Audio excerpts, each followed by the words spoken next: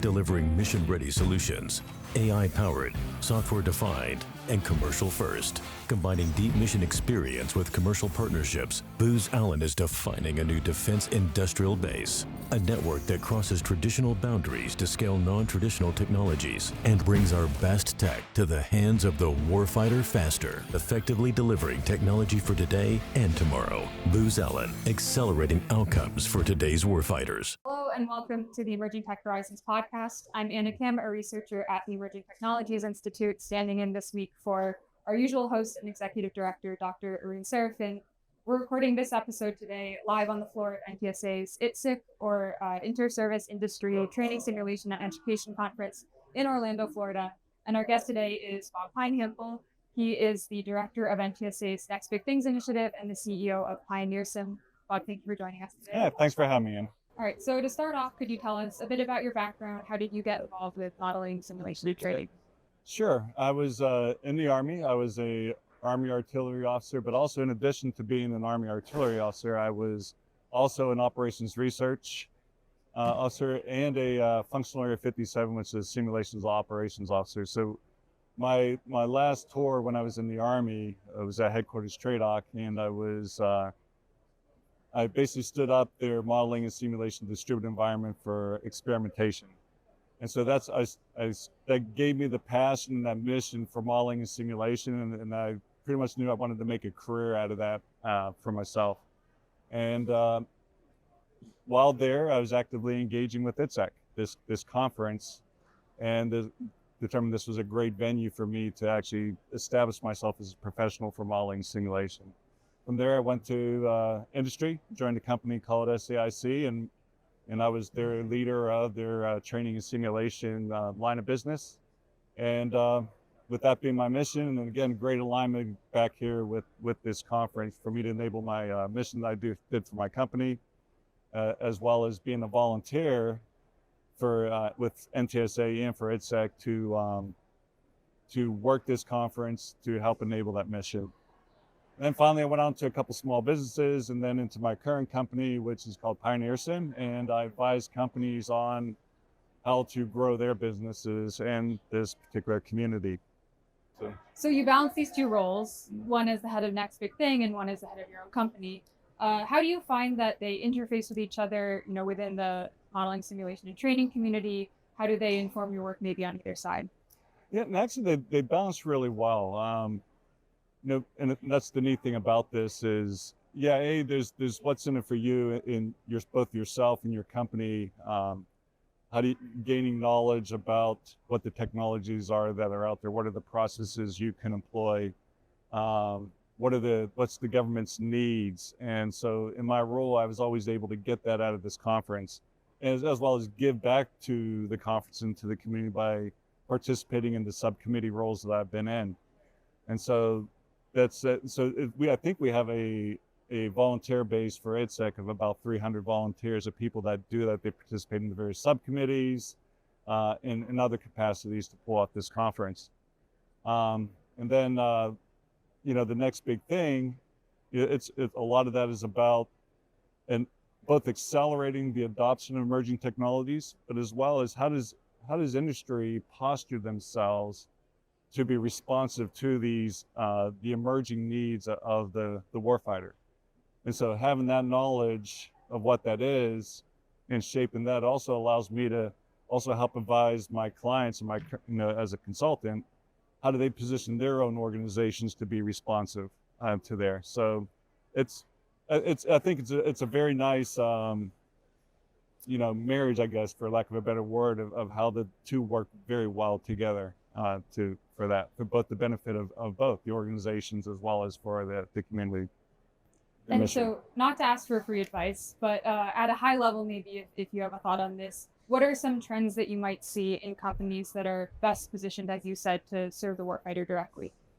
I think the companies that are best positioned, they're knowledgeable of the warfighter needs. And so they're out there and they're listening to these. That's key, is listening to what you hear. B is having innovation type mindset.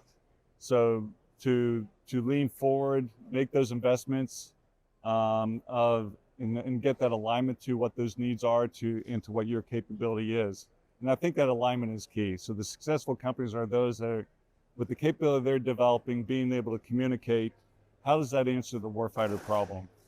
In our particular case with Next Big Thing, how are they answering the warfighter problem of the future and being able to connect the dots there? So I think the most successful companies are those that can do that. A, can you communicate it, but also do you have it?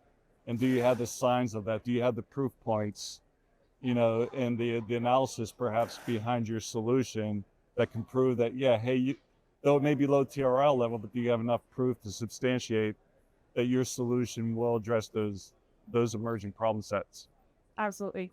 So then during this year's conference, what technologies or concepts is Next Big Thing focusing on? What are you most excited to start a conversation about? Yeah, so this year we focused on, I would say, probably 3 areas rose to the top.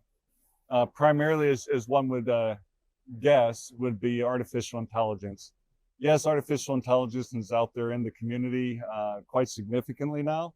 So we're still looking at those areas of artificial intelligence that are still in that cusp and that long-range horizon that we're trying to pull in shape and help inform, for example, the government that's doing market research in that area, and bring those ideas to them. Another area, which is still pretty far out there on the horizon, was quantum computing. And it's kind of interesting to learn here at the conference that it is being used, but again, not significantly in our community, and particularly in training and simulation. So I had some fantastic conversations around that as to how and where and the potential of quantum computing can go for us. And then a third area that came up is human and machine teaming, as well as and the fourth area is wearable sensors. And so the human machine teaming was involving, that's perhaps a closer end thing, but it's using artificial intelligence again to how do we enable that human to work with computers, work with autonomous systems, et cetera, and converse around that and solve that. And then the wearable sensors, pretty intriguing area there with the power of the brain, the mind of our warfighters, and almost treating that mind as a system that we should be looking at acquisition systems for. So, how well a warfighter sleeps. Are they ready for combat? Improving their cognitive skills for what they got to do with as they're in the performance of their skills. And so the technology, basically taking it beyond, or augmenting what we currently have in our wearable devices, such as smartwatches that have HRV monitors and the like, but also having technologies that can read EEG information, read the brains. And so there's technologies now that currently that is in clinical type environments. There's technologies now that are evolving and emerging to get it out of the clinics, put it into fabrics. The sensors are woven into the fabric. So the power of that is now it's wearable and can get to where this warfighters are, whether in combat, whether it's in training. We can now get that real-time information into a dashboard about how the human is performing cognitively. So, yeah, so it was exciting this year with the many different areas that we talked about and I'm really excited about the potential of these technologies that they can bring for us. Absolutely. So as you just talked about, Next Big Thing makes a point of focusing on technologies that are next, not now. So right. How do you approach validating a concept as truly next, not unsupported or already existing? What are some of the indicators or signals that you look for? Well, we have a committee that reviewed, we curated some of our agenda that were our committee members. We specifically reached out on some of these technology areas that we knew as a committee, as we discussed when we met, that are the next technologies. We also then did a data call to the community to elicit their ideas, and they also gave us what they were thinking and their proposals, and our committee reviewed those to determine what is new and novel. What I mean by that, by the novelty of it, is it may be actually a current technology, but just not used in a way that, but they're using it in a new way, a new innovative way. And so we actually raised some of those issues up too in our conversation. So I would say it's probably new and novel, and our community helped review those. And it's I don't know if there's necessarily a formula that determines what it is, but it's really, we're looking at that longer range horizon, about 3 years out or so. And that's, that's really the sweet spot that we're kind of looking at. So as you know, with emerging technologies that are new and novel, as they move up the TRL scale, there are often barriers to adoption, whether cultural or technical or organizational. But what have you seen in your experience to be some of the most effective accelerants for helping those technologies move to maturity and adoption?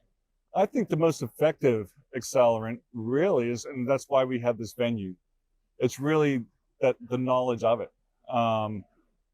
The having the vision of where's the military going? What are their needs? What are their future needs? And then it's also providing to them. Sometimes they don't even know what to ask for because they don't understand the potential that's out there. So we're also bringing industry in and academia in, and they're also describing some of the things as they're reading the needs. What do they see? And so we're, by pulling both of those conversations together with here's what the military is predicting, here's what industry and everybody else in academia, what they're predicting, and bringing that together and collaborating on that. And that's what we're enabling in our forum in the next big thing to help figure what that is. Awesome. So I had a final question for you, which was, ITSEC is such a huge conference. There's so many different things and events going on all at once.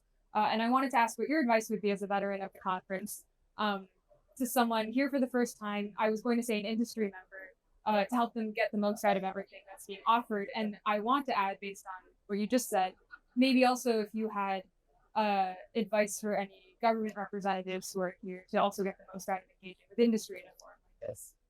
Yeah. What's interesting to answer that, there's many facets to answer that question. This is a very rich conference, and content is key to, I think, the success of ITSEC and somebody's journey when they want to attend ITSEC.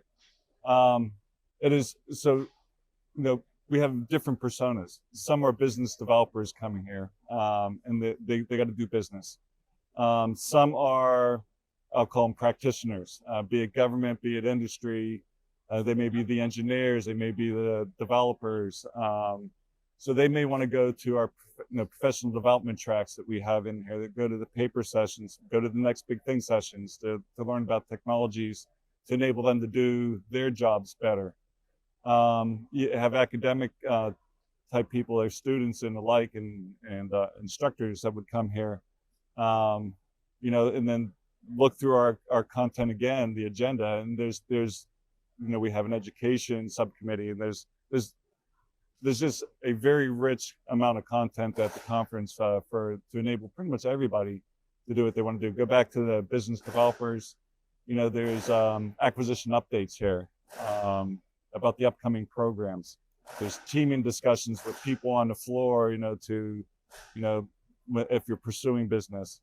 So it's all enabled here at ITSEC. And so I think the best way you take advantage of that is read through our agenda and find what's right for you and pick your journey and map it out. If it's very daunting if you show up at the conference without having to done that homework and just try and say, what do I do? But if that's what you did, explore the floor, go to paper sessions, and just jump in there with both feet.